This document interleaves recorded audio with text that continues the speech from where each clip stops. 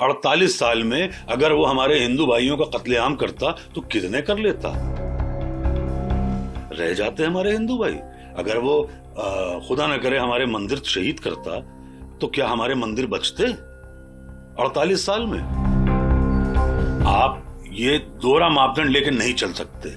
आपको मुगल से नफरत है और मुगलई पसंद है। शायद ये ज़र्फ है हमारा जो खामोश हूं अब तक, वरना तो तेरे ऐब भी मालूम है सारे, और हर जुर्म मेरी जात से मंसूब है इतना, क्या मेरे सिवा शहर में मासूम है सारे। 48 साल हुकूमत की है औरंगजेब ने।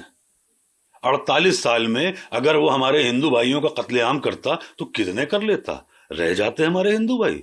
अगर वो खुदा न करे हमारे मंदिर शहीद करता तो क्या हमारे मंदिर बचते 48 साल में। यहाँ 10 साल की हुकूमत नहीं है, कितनी जगह बुलडोजर चल गया। उसे 48 साल का वक्त मिला था, तब ना आप थे ना सोशल मीडिया थी। वो जो चाहता कर लेता, नामो निशान मिट जाता। अगर वो इतना आतंकी होता तो।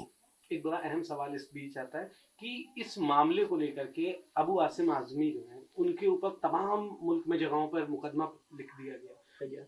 क्या कैसे देखते हैं आप, और क्या कहेंगे इसको लेकर, जिस तरह से उन पे कार्रवाई की गई उनके सिर्फ एक बयान को लेकर। वो एक जैसे कि मैं मुनव्वर राना साहब का बेटा हूँ, तो फुटपाथ पर भी होगी महल की ज़बान में, हम गुफ्तगू करेंगे गज़ल की ज़बान में। तो एक उस्ताद शायर का शेर है, उसमें गज़ल का एक मतला है कि जो इस हालात पे है अबू आसिम साहब पे, जो आप कह रहे हैं कि मुकदमे हुए और ये वो, तो उनका शेर है कि शायद ये ज़र्फ है हमारा जो खामोश हूँ अब तक, वरना तो तेरे ऐब भी मालूम है सारे, और हर जुर्म मेरी जात से मंसूब है इतना, क्या मेरे सिवा शहर में मासूम है सारे। सिर्फ हम ही निशाना बनते हैं, हम तो कुछ भी कर दें बुरे हैं। भाई मैं कह रहा हूं औरंगजेब खराब था, मैं कह रहा हूं कि एक अच्छा भला आदमी वो था बहादुर शाह जफर, वो भी खराब था। हम मान लेते हैं अलाउद्दीन खिलजी भी खराब था, ये भी खराब निकले। बाद में ये जो और भी लोग आ गए सब खराब। हमारे माफिया बदमाश जो निकले, जो उनको जिताती रही पब्लिक, वो आज आसानी से घूम रही है, सब खराब। जब मेरे वालिद मुनव्वर राना खराब हो सकते हैं तो फिर तो ये लोग तो बहुत बुरे हुए हैं भाई। ये तो मतलब मेरे वालिद की क्या गलती थी। मेरे वालिद की ये गलती थी कि वो गोडसे के दौर में गांधीगिरी कर रहे थे। तो हमारा तो सिर्फ ये, हम तो ऊफ भी कर दें तो बहुत है। हम तो ये मतलब हमारा हाल इस वक्त ये है कि आप मेरा गला दबाइए और मेरी आंखें भी बाहर ना हो, कैसे मुमकिन है। आखिरी सवाल रहेगा, बड़ा अहम सवाल है कि जिस तरह से आज के दौर में 400 साल पहले, 500 साल पहले या 200 साल पहले जो पूर्व में चीजें हुई, उनको बार बार कुरेदा जाता है और उन पर सियासत कहीं ना कहीं आके ठहर जाती है, उन पर चीजें बेस बन जाता है। मौजूदा वक्त की जो स्थिति है उसे सब भूल जाते हैं।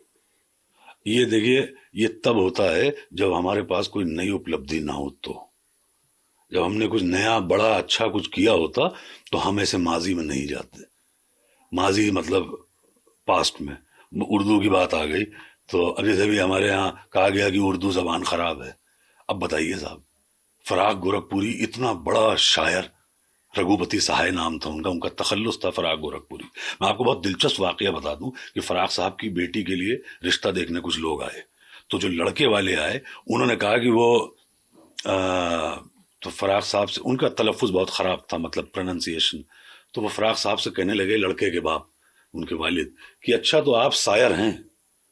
तो फराग साहब ने उन्हें देखा, कहने लगे तो आप कब से शायरी कर रहे हैं।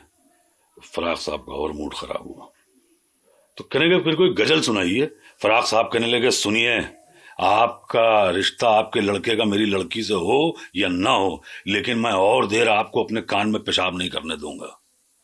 फराग साहब कहते थे, प्रोफेसर थे रघुपति साहब फराग गोरखपुरी, फराग साहब कहते थे कि उर्दू इसलिए पढ़ लो कि अगर कल को अफसर बन जाओ तो अफसर मालूम भी दो।